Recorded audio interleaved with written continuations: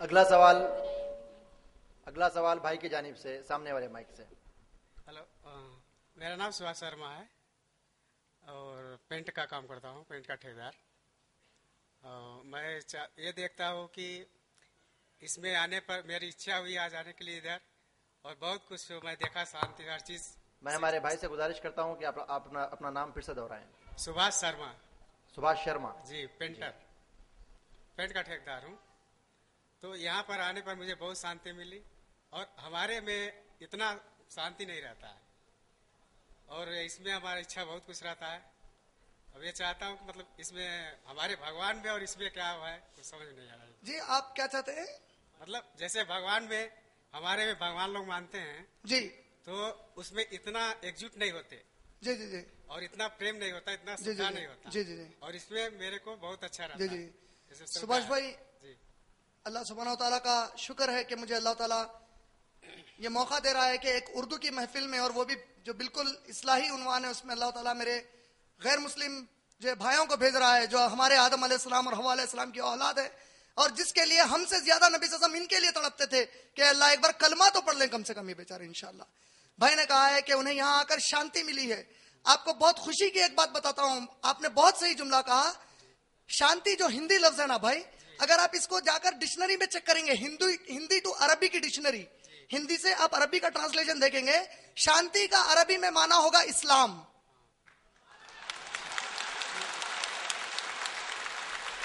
آپ دیکھیے، آپ نے دیکھا ہوگا جب مسلمان ایک دوسرے سے مخاطب ہوتے ہیں تو کہتے ہیں السلام علیکم، تم پر سلامتی ہو۔